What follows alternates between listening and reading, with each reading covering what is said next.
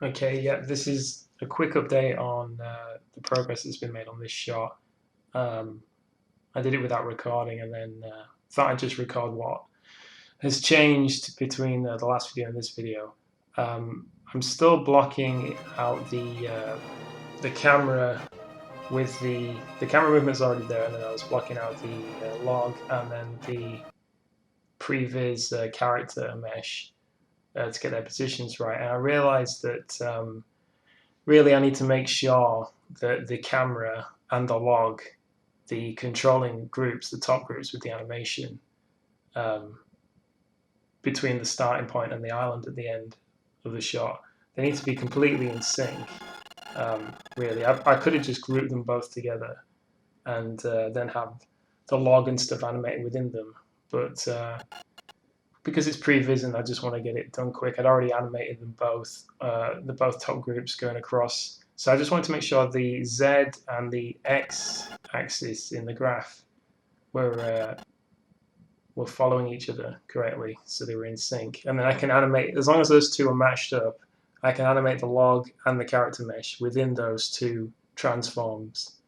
So it's almost like they're on rails, but I know that that log is going to be pretty much in sync with the position of the camera. So then the group below that control group, I can put keys and animate there to make it animate within the camera shot. So I know the log will always be in the camera shot because the top groups of the camera and the log have got keys which match each other. You can see I'm moving the Z, so they're kind of at the same speed. So but I also want to obviously match my drawings. I kind of like what I've got blocked out there.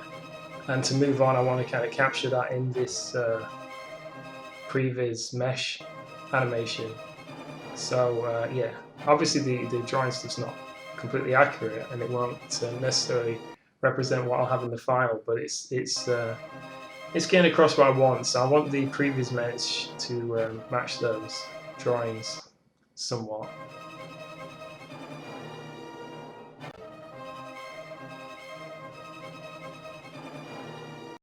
There's part of the shot where Fritz leaps from the log as the log tips and then lands back on the log. So that jump is within the camera, and because it's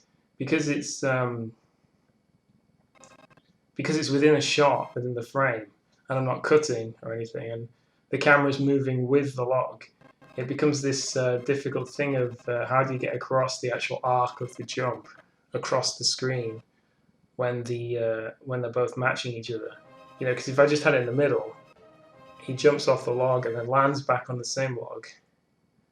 But if they both just stay in the middle, it kind of just we only get the animation from jumping up and then back down again.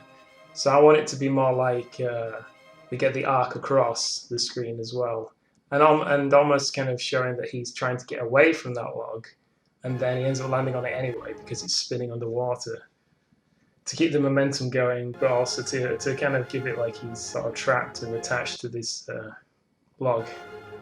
There's a lot of Disney animations that do that, where like Donald Duck or Mickey Mouse is trying to get away from something, or Goofy, and they almost get tangled up with it, and they can't really escape this thing. It's like it's welded to them. So it's the same with that log.